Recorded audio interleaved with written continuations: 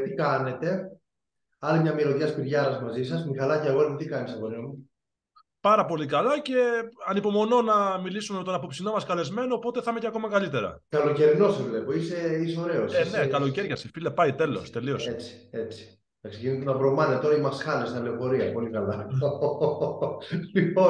Λοιπόν, σήμερα έχουμε έναν από τους μεγαλύτερους παίκτες των 90's, ο οποίος έχει και πάρα πολύ ενεργό ρόλο στην Ευρωλίγκα τη σημερινή.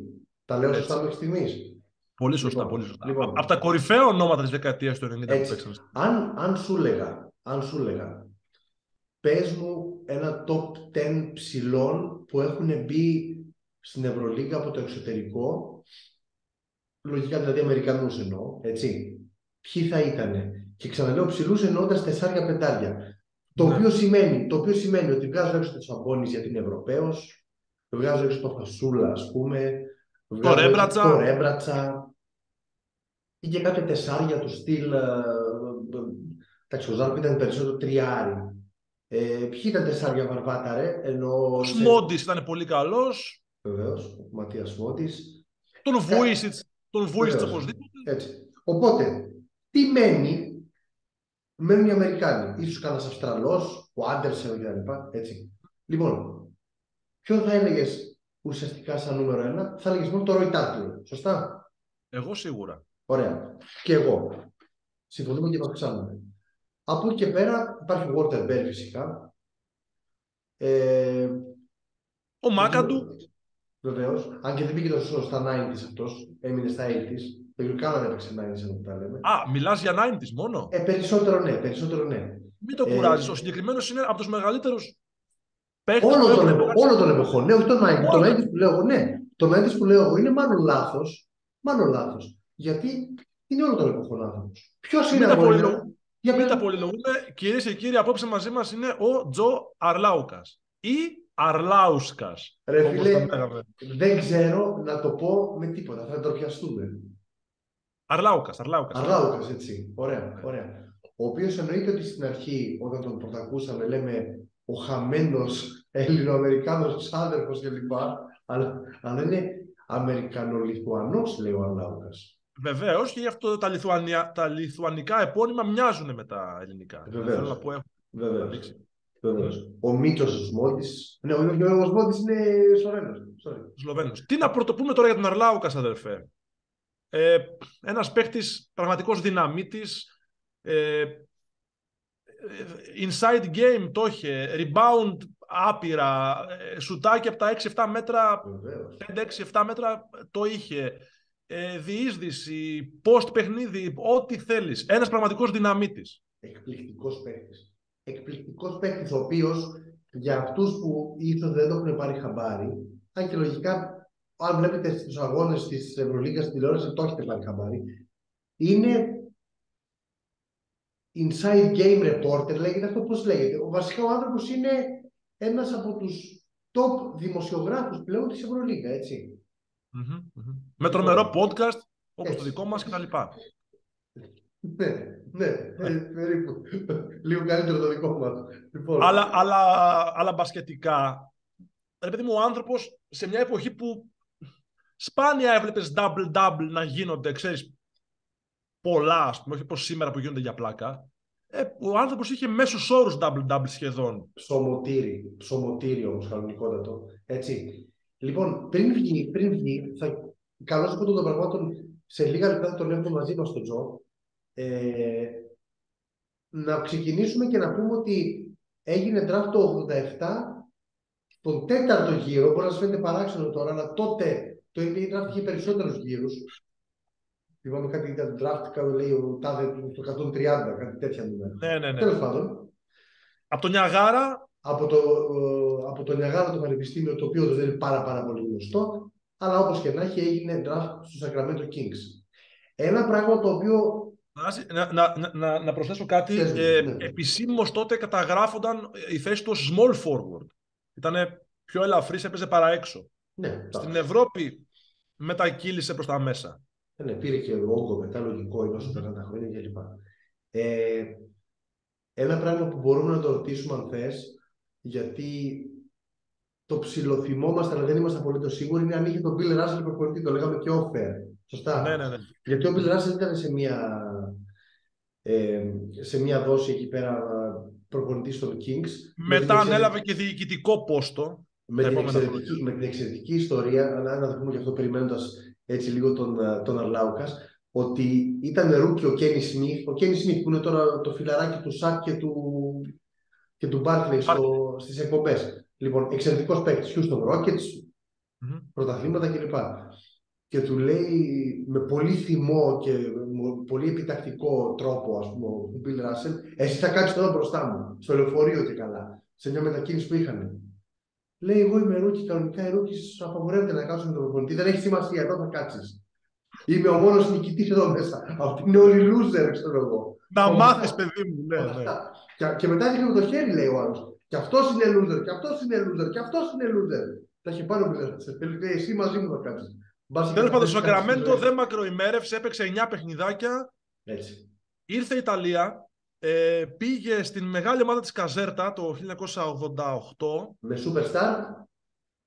Τον Βραζιλιάνο, τον Οσκάρ Σμιτ. Τζεντίλε, Εσπόζιτο. Έτσι, μπράβο. Υπερομάδα, μια από τις πιο επιθετικές ομάδες όλων των εποχών. Με βασικό εργαλείο φυσικά τον Βραζιλιάνο που λες και εσύ, που ήταν κάτι. Και ο Τζεντίλε, φίλε, και ο Εσπόζιτο που μπουνάγανε όσο δεν πάει. Πήραν το κύπελο τη χρονιά εκείνη και την επόμενη χρονιά ξεκινάει η μακρά καριέρα του στην Ισπανία με Μάλαγα, 3 χρόνια τα Ουγκρές και 5 χρόνια Ρεάλ, πόσα έπαιξε στη Ρεάλ Μαδρίτης, που βέβαια πήραν και το πρωτάθλημα στη Σαραγώσα το 1995 με τον Σαμπόνις. Ίσως το καλύτερο επιθετικό, το καλύτερο δίδυμο ψηλών όλων των εποχών στην Ευρωλίγκα. Το έχω σκεφτεί πάρα πολλές φορές και εγώ αυτό. Νομίζω ότι πρέπει να είναι, ρε φίλε. Είναι. Ναι.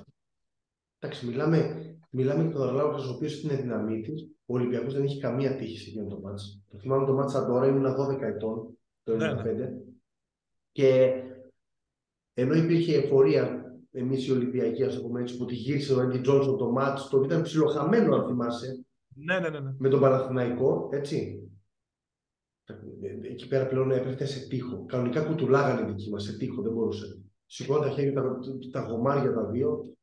Δεν μπορούσαν να τα παίξουν. Κάτι Πυριούκοφ είχαν οι άλλοι, κάτι τέτοιο, κάτι Πυριούκοφ οι άλλοι μέσα, έτσι, σωστά. Και Φερνάντο Μαρτίν πρέπει να είχαν. Πιθανότατα. Ναι. Λάσο, τα μπερδεύω. Λάσα. Ο Λάσα, έτσι, ο Λάσα. Ωραίο playmaker τον ο Λάσα. Είχε άκρη ο Λάσα στην ΑΕΚ μια φάση μετά. Ναι. Μπράβο. Πολύ αμυδρά, μιλάω βλακία. Και μετά, βέβαια, είχαμε τη χαρά να τον έχουμε και στην Ελλάδα 2 χρόνια. Στην ΑΕΚ ήταν αρκετά βαρύς. Και μια χρονιά στον Άρη μετά τελευταία, όπου έγινε υπόθεση με το ντόπινγκ, τέλος πάντων δεν έχουμε ιδέα τι μπορεί να έγινε, και ο Τζο κρέμασε τα παπούτσια του. Έτσι. Αλλά στην ΑΕΚ... Μπράβο. Θέλω να μου πεις 2-3 πράγματα για την ΑΕΚ, γιατί εγώ της Ελλάδας τα θυμάμαι λιγότερο από σένα. Ναι, καλά. Μην νομίζω ότι και εγώ τώρα, εντάξει, όσο περνάνε τα χρόνια. Τέλος πάντων. Ήταν η χρονιά που έχει φύγει ο Ιωαννίδης πλέον, την ΑΕΚ. Ωραία, ναι. Μετά το τελικό με την Πολόνια. Στη Βακελόνη, ναι, ωραία. Αυτό είναι το 98. Κάτι, δηλαδή, να τα βάλουμε σε σειρά. Το 98 το Μάιο, ας πούμε, στην τύχη το λέω, μπορεί να είναι και Απρίλιος, χάνω την Πολόνια. Χάνω την Πολόνια στο τελικό της Ευρωλίγκα που έχει πάει η ΑΕΚ ως πρωτάρα. Μπράβο, σωστά. Και το Σεπτέμβριο εκείνης της χρονιάς, μετά από 2-3 μήνες, έχει το Αρλάουκας στην ΑΕΚ. Ο Ιωαννίδης πλέον είναι στον Ολυμπιακό. Μπράβο, έχει γυρίσει μαζί με το Rivers. Ναι. Μάλλον. Okay. Ναι. Και ποιος δεν έχει την ΑΕΚ, ποιος δεν έχει ο Σάκοτα, ποιος είναι. Ο Σάκοτα, ο Πολίτης ήτανε. Ναι, αυτά ήταν. Θυμάμαι τον Πολίτη στο τελικό με τον ΠΑΟΚ. Την επόμενη, όχι, ο Σάκοτα ήταν αργότερα και την επόμενη χρονιά, αφού έχει φύγει ο Αρλάουκας, αναλαμβάνει πλέον ο Ιβκοβιτς, που παίρνουν και το Σαπόρτα στη Λοζάνη, έτσι. Μπράβο, που αρχίζει η φουρνιά των Βιτσιρικάδων να είναι πλέον πάρα πολύ ενεργή με τους δηλαδή, κακούς. Ο Αρλάουκας ήταν τη χρονιά, ο Αρλάουκας έπαιζε τη χρονιά μεταξύ Ιωαννίδη και Ιβκοβιτς. Ωραία. Δεν τα πήγανε καλά εκείνη τη χρονιά. Ήταν και η χρονιά του lockout στο NBA. Είχαν φέρει τον Ρούμπεν Πάτερσον τότε. ίσως τον ρωτήσουμε. The copy stopper, τα είχαμε. The copy stopper, βεβαίως. Υπήρχαν χρήματα, αλλά δεν ήταν καλό το κλίμα. Ο Ιωαννίδης άφησε πίσω του ένα φορτίο βαρύ. Είναι και αυτά που ίσως δεν μπορούν να διαχειριστούν οι ομάδες μια απότομη επιτυχία. Αυτά δεν μπορούμε να τα ξέρουμε κι εμείς τώρα σαν απλοί οπαδοί και μπασκετμπολίστες πολύ χαμηλού επίπεδου προφανώς. Εκεί πέρα μήπως η ομάδα τρελαίνεται εδώ σαν τι πιστεύεις? Κοίταξε, φεύγει ο άνθρωπος που έχει τα κλειδιά. Όταν φεύγει ο άνθρωπος, ο αρχιτέκτονας, μετά φαντάσου έφυγε από τον Παναθηναϊκό ο Μπράντοβιτς. Ωραία, ποιος θα μπορούσε να το σηκώσει όλο αυτό? Ναι, δεν ξέρω. Υπήρχαν και πολλά χρήματα στην ΑΕΚ, τότε υπήρχαν και προβλήματα, αλλά υπήρχε ακόμα ρευστό. Blue Edward, θυμάμαι, κορονιό είχε. Και του Πιτσιρικάδος, βέβαια. Βίκτορ Αλεξάνδερ, ίσως, όχι. Όχι, είχε φύγει ο Βίκτορας. Είχε φύγει τότε. Ο Αλεξάνδερ είχε φύγει. Οκ. Λοιπόν. Το Λόιν Ντάνιελς είχαν φέρει για λίγο, το Superstar, τον αγαπημένο μου. Εντάξει, τέλος πάντων. Στην ΑΕΚ ο Αρλάουκας είχε καλά νούμερα, αν δούμε τα νούμερα, αλλά δεν ήταν ο παλιός καλός γνωστός, ήταν αρκετά πιο βαρύς. Την επόμενη χρονιά στον Άρη ήταν αδύνατος. Συγγνώμη, να πω και κάτι. Είναι 33 ετών εδώ που τα λέμε έτσι. Εκείνη την εποχή είναι 33, δεν είναι καμιά ηλικία 40 φοβερή. Εν τω μεταξύ, κάτι για το 40 να πω τώρα, συγγνώμη. Τι εκπληκτικός παίκτης είναι ο Μαρσελίνιο Χουέρτας, φίλε, που έπαιξε τις προάλλες τελικό κυπέλου στην Ισπανία. Κλείνουν τα μάτια μερικές φορές και λέω πότε θα γινόταν αυτό στην Ελλάδα. Να είναι και καλές οι ομάδες, όχι μόνο το κλίμα και αυτά που λένε, αλλά είναι και καλές οι ομάδες. Είναι όλες ομαδάρες. Είναι όλες ομαδάρες. Top επιτυχημένη ομάδα όμως αυτή, έτσι. Δηλαδή ο Χουέρτας έχει γίνει συνήθεια τώρα πλέον να τα σηκώνει. Champions League, τέτοια.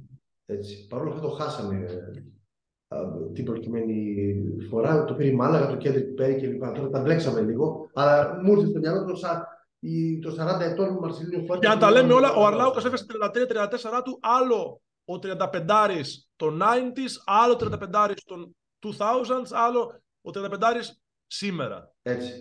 Μεγάλη διαφορά. Περισσότερο ξύλο, καταπώνηση, πολλά περισσότερα λεπτά παίζαν τότε, λίγες οι αλλαγές τότε. Φίλε, άλλη προπόνηση, ιατρικά επιτελεία από πίσω, άλλα πράγματα, άλλα κόλπα. Δεν είναι το ίδιο.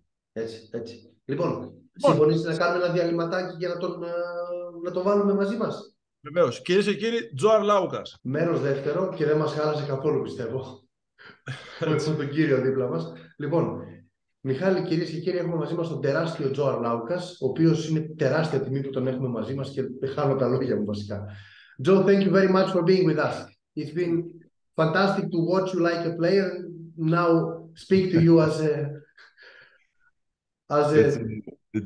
It's my pleasure, and anytime anybody from Greece contacts me, you guys are always like my first option, you know, always at the top of my list. So okay, thank you very much. So I will begin with one question about today's EuroLeague. We know that you are active in EuroLeague. We see you all the time. Not active the way I would like to be, but you know. Okay. I'm too old for that now. Okay, of course. But I guess you could be maybe 8 points, 5 rebounds still today. Yeah, nowadays they only play like 12 minutes a game, you know, so yes. It'd be easier. Definitely. Yes. When I played 40 minutes a game. Yes, this is true. Okay. Talk to us about today's EuroLeague.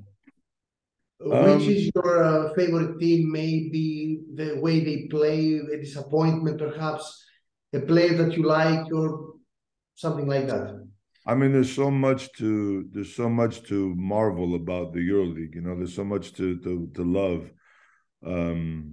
You know, the league in general, I think, is an amazing league because, as we say on TV, you know, on EuroLeague TV, every game matters.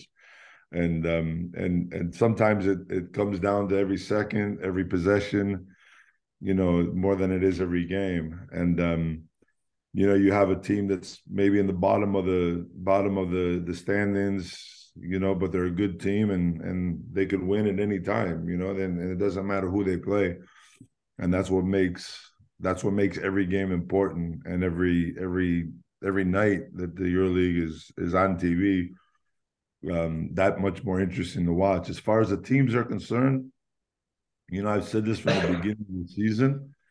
I thought Olympiacos was going to suffer after the devastation of the semifinal game last year, and they feel that it seems as though that Coach Bartzokas has got them, believing that they belonged there last year, and because I don't know if they really believe that they belonged there last year. They knew that they wanted to be there.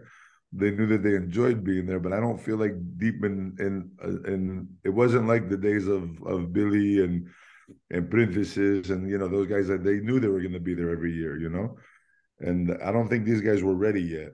And now the way they're playing, I mean, they play an incredibly beautiful game of basketball, and I don't say that very often. This type of basketball, it's a different game than when I played. It's a more finesse game. It's a more wide open game. The guys like me, now they shoot 3-pointers and they don't play inside as much, so it's different. But the way they play within each other as a team is pretty impressive to me. And I think they've been in a somewhat inconsistent season. I think Olympiacos has been the most consistent team of all, even though they're tied up top with Real Madrid and everything else. But I feel as though they've been the most consistent team, and they're the most dangerous team. Then I always love to watch the middle. I love to watch that 8th place, the 6th, 7th, 8th, 9th, 10th, 11th. To me, that's like the meat of the playoff battle. Yeah, I mean, that's the fun part, now with Partizan in there, with Shelko. You have Baskonia and Valencia that are both, like right there fighting each other. Cervena Vesda had a nice little run, and they're coming back up, and so that's like the battle within the battle, I call it. It's like if you have like a souvlaki, you guys are Greeks, I'll do a souvlaki. You have the tzatziki and everything else. You have the good part, which is the top of the part. Then you have the bread on the bottom, and everything in the middle is like the 7, 8, 9, 10, 11 place. I love that. Yes. So I guess if you like Olympiacos, and it is absolutely normal, maybe your favorite to win MVP is Sasha. I mean, I think he's the favorite to win the MVP right now, and I'm so happy for him, because he still has to deal with a not a good Final Four last year. The semifinal game was not his best game. Yes. He struggled a lot during that game, and he played a good 3rd and 4th place consolation game, but that game means nothing to nobody, as we all know. Yes. And I spoke with him last summer. I was in Syros with the tournament, the 3-on-3, and it was the first time I really got to know him and got to meet him. And I was always kind of like anti Sasha. He looks like he didn't look like to me like he gave it his all before. He just looked like another player, and I think the last 2 years, and what I really respect about players is the fact that they get better. You see players get better, and I respect Sasha's game a lot. Because last year was a time where that could have turned him into a worse player, but it made him a better player. Yes, and that's what I love to see in players. I love to see that they have that desire to become better, no matter what the circumstances are. And I hope he gets back, and I hope that he has a big game, because I really like him. I think he's a great kid, and he impressed me over the summertime, and I consider him a friend. I'm dying to have him on my crossover, but the Olympiacos won't let me have him just yet. Okay. They're protecting him from me. Maybe after the title, we hope. And I'd like to get him before the title. It's more fun than before. It's more precious. Yes. Yeah. Tell me, we'll talk to you about your career as a player now. We were speaking with Mike before the podcast, and we could not remember if your Sacramento Kings head coach was Bill Russell or not. Yeah, and the most amazing part of that is Bill Russell was my coach, and Willis Reed was my assistant coach. Oh, okay.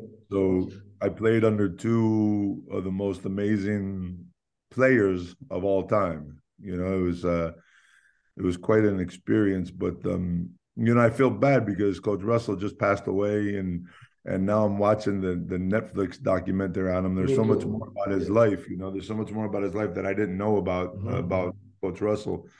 And I've always said some good things about him. Because as a coach, he wasn't a great coach, to be really honest. He didn't.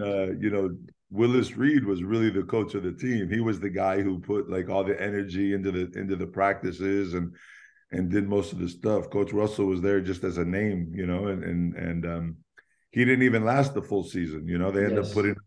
They end up promoting him to the despacho, to the offices upstairs. Yes.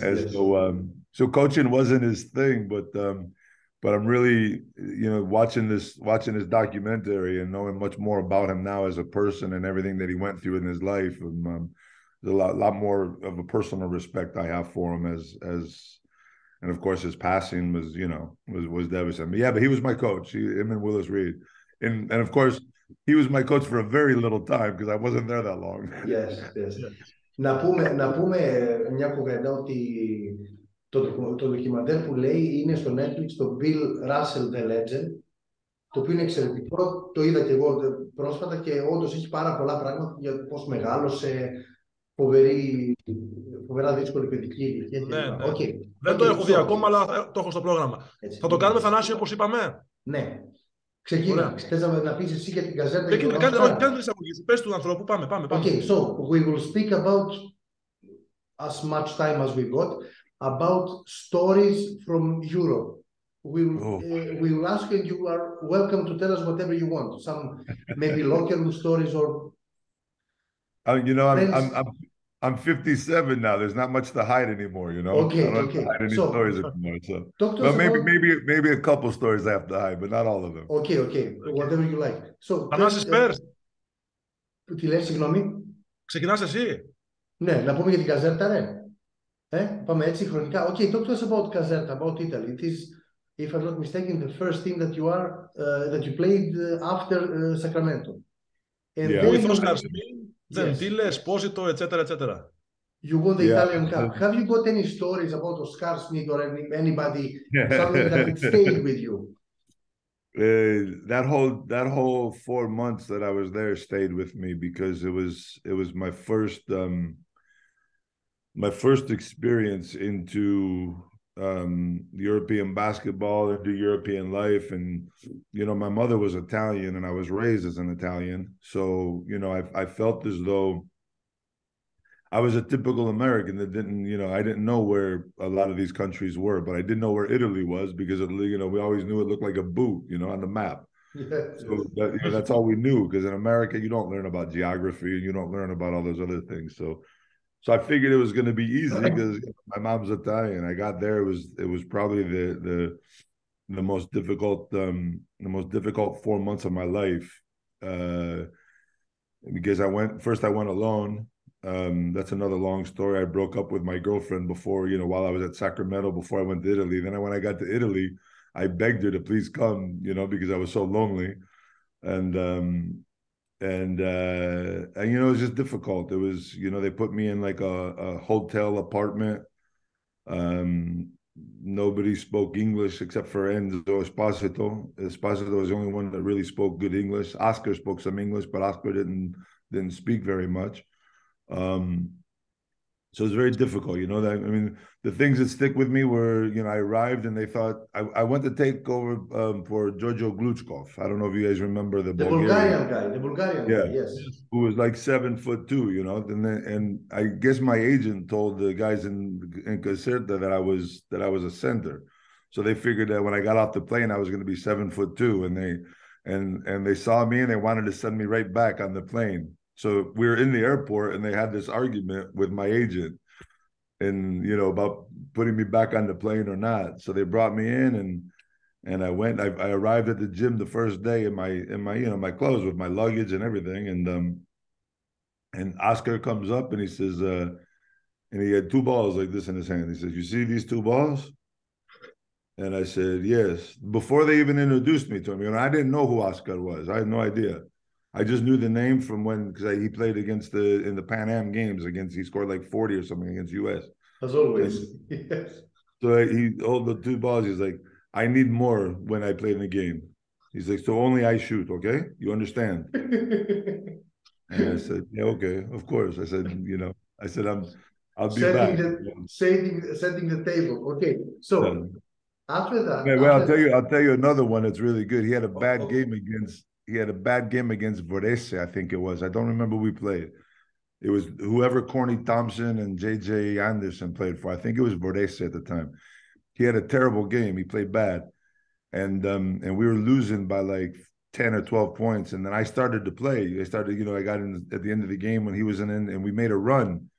And we got back into the end of the game. And I shot a 3-pointer at the end of the game to try to win the game. And we lost. But the coach was Coach Marcelletti. He comes to me after the game with the stat sheet. He's like this. I'll show you. He's with the stat sheet like this. He's like, Joe, look. He says, we have one problem, big problem. And I said, Coach, what's the problem? I said, I said I missed the 3 at the end, but I scored like 15 points, to get us back in the game. He's like, yes. He's like, this is the problem. He says, you scored 22 points. Oscar scored 21 points. This is a big problem for me now. He's like, Oscar does not like this, and it's a problem for me. I was like, Coach, but we almost won the game. He's like, it doesn't matter. Oscar must score more points than you. I was like, okay. Yeah. Talk to us about Real. I know that you were after Caserta, you were in Malaga, in Taugres. This is modern time Vitoria. Yes. Okay, I know they made it Baskonia. Okay, they say Baskonia. Tau Ceramica, Taugres. They changed names. Yeah, it's always been Baskonia, but it's they always change the sponsor. Yes, the sponsor. So after that, you go to Real Madrid, and I still remember as a 12-year-old child, my team Olympiacos against you two brick walls, and we can't score anything in Zaragoza in the final. Talk to us about this time that you were in Real with Sαμπόνις, of course, but all this story about the Queen of Europe and the best team Europe ever had, and etc. When you look back on it, it was amazing. It kind of defined my, it was one of the things that defined my career, being able to play. And like I said, a lot of players, they're not as fortunate as I was. A lot of players come here and they go right to Madrid, or they go right to Olympiacos, or they go right to Barcelona, and then if they have to go to a Caserta or maybe a lower team, it's not as easy, because you get used to playing for the bigger teams. I was lucky, I went from Caserta, which was a big team in Italy, but it was a small city, and it was, and then I went to Malaga, who the year before I arrived was in last place or second to last place in the Spanish league. And then I went to Victoria, who was a team that always kind of like fought for titles, but never really won them. And then I went to Madrid. So, I progressing, which was a nice thing to do. I didn't do it on purpose. It's just what happened. And when you got to Madrid, the difference is the championships, that's what defines you as a player. It doesn't, I remember getting into the locker room one day with Antonio Martin. I said, Antonio, I said, where do we go out? Like we're, in Madrid, what's the, what do we do dinner? Because in Victoria, we like every Thursday night, the guys, we would go out to dinner together, and he just says, no, he's like, we don't, he's like, we don't go out and do things. We win titles here. We win championships. And that was like the end of it. It was like, okay, this is time to be serious. And I was fortunate, to be honest with you. I was in a right place at the right time. I made the right decision. I had an opportunity to go to Olympiacos or Panathinaikos that when Victoria released me, or they put me up for sale, so to speak. And I chose Madrid because, number one, I was just learning the language in Spain. I liked the culture, and Sαμπόνις was there, and I thought that would be a way to. It was against every every philosophy that I have ever had since I've been in Europe, you know, because I always wanted to take a Unicaja and I wanted them to win a title, you know, and then I wanted Victoria to win the title. And I always said I would never go to a big team just to win a title until the big team called me and they had Sαbόνις. I said, okay, I have to go. But, you know, I look back on it and I feel like we should have won many more, you know, we should have won more than we did, you know, and I think that's just my attitude about life. I remember all the bad games and I forget all the good times. Μιχάλη, έχεις μια ερώτηση? Όχι, να πάμε για την ΑΕΚ λίγο. Θες να πούμε δύο πράγματα για τρία? Okay, so let's talk about the time you spent in Greece. You joined ΑΕΚ in 1998, the year after they made the Euroleague final. What Yes. were the expectations in the club back then? Coach Ioannidis was no longer there. Right. It was a joke, to be honest with you. It was just it was something different from me. You know, I loved playing in Greece. I loved Ike. It was difficult for me because it was after 10 years of being in one culture, you know, I was sent to another culture. And I tell everybody, I would probably say the same thing if I played 10 years in Greece and then I came to Spain, yes, you know, sure. and you would see something different because you're so used to something different than you saw before. You know, it was a difficult year for me because it was kind of the time where Coach Kalaftakis was there, and he didn't have much control of the team. You know, it was more of, I was used to Željko Obradović, who was like, you know, he's the man. You know, I mean, and everybody shuts up and says anything. You can have an opinion, and Coach Obradović will listen to you, and he'll take your advice because you know, he knows you're on the court and you're playing.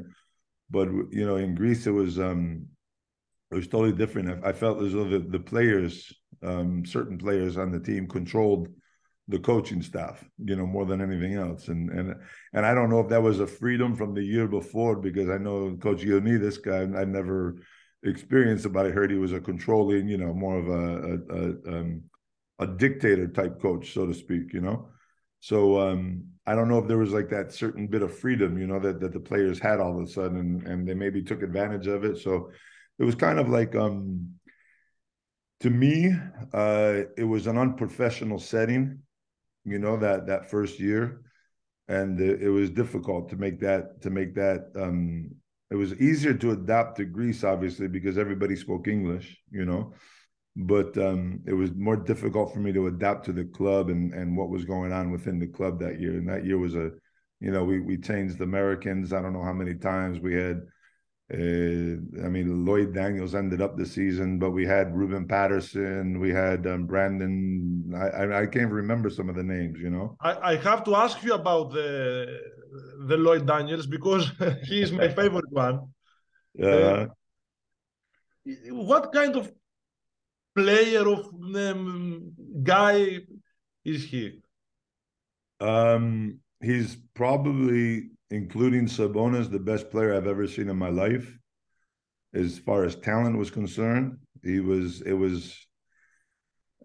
just naturally pure, like, ability to play the game and to shoot. I mean, he wasn't much of a defender, but, you know, back then, none of us Americans were defenders. You know, we didn't have to defend. We needed to score to keep our jobs. And so, I mean, Lloyd, I remember him coming off the plane. If I remember correctly, the first game he played with us was in the Greek Cup in I think that in Peace and Friendship Stadium in Piraeus. And I think he scored like 30 points, didn't even know the plays. You know, it was just give him the ball and let him do things. And then watching him, and, you know, you guys get to watch, you know, these guys in games every week, you know. I get to see them. I got to see them on a daily basis in practice, and it was just it was amazing to see the talent that he had. He had other problems, you know, personal problems outside of the court that deterred him from being the type of star, the type of player that he could have been, unfortunately for him. And so it was tough, you know. When he got into Greece, he was clean. he was he was my agent's player also, you know, and my agent called me up and told me, I'm like, no, please don't do this, you know. And I had to go through Ruben Patterson. I went through, like, I was like the grandfather on the team, you know, taking care of all the players. Yeah. You found some young talented players, Greek players, like Skakiousis. Yeah. Did you see the potential in that squad? They led AEK to the championship 3 years after. Yeah, I saw the potential in Dimos. Dimos to me Dimos was me in Sacramento, more or less. You know, when I played for the Kings, and I was playing every day against Otis Thorpe. You know, Otis Thorpe came to me. He told me before during one of the practices, he says, "Hey man," he says, "every day I need you to defend me. You defend me." He's like, "I'm going to help you. I'm going to make you a better player." And he did. You know, he beat me up on a daily basis. Otis Thorpe was one of the strongest guys I've ever played against. So it was like, after that, it was playing, you know, everybody I played against was pretty easy. So I did the same thing in Athens. You know, I said, Dimos, I said, you know, this is probably my last year, you know, and playing this game. I said, I'd rather leave like some kind of legacy or something that I can give back. You know, I said, so every day I want you to defend me. I'm going to teach you how to play. And we developed a great relationship, a great friendship, and we're still friends to this day. We keep in touch. Every time I get back to Greece, I try to meet up with them to go have a coffee or a drink or whatever. And so yeah, it was nice. But I mean, there was a lot of talented players on that team. You know, there was no doubt there was a lot of talent. It was just it was a difficult year because there wasn't any control within. You know, even when you have great talent, you need someone to control that talent and let people know what their roles are. And the roles were kind of mixed up at that team. Μιχάλη, υποθέτω τέλος, γιατί δεν προλαβαίνεις και εσύ άλλο, έτσι. Ναι. Okay. So, Joe, thank you very much for being with us. I hope we were not boring. No, not at all. No. I always like to tell the old stories. Thank you very much, and take care, be safe, and let's hope that you will get the Zenkov before the title. That means that a title is due. Okay. Yeah, so, I know. It'd be nice, you know. Olympiacos has had some tough seasons over the past couple of years. It was nice to see them back last year, and it's really nice to see them this year. So hopefully we'll see them in the Final Four. But this is a tough EuroLeague this year. It's not going to be an easy way for anybody. I know. Yeah. Μιχάλη, σε ευχαριστώ πάρα πολύ. Να είστε καλά. Ευχαριστώ και όλες και όλους όσους μας παρακολουθήσατε. Να είστε καλά. Καλή συνέχεια σε ό,τι και αν κάνετε. Γεια χαρά. Γεια σας.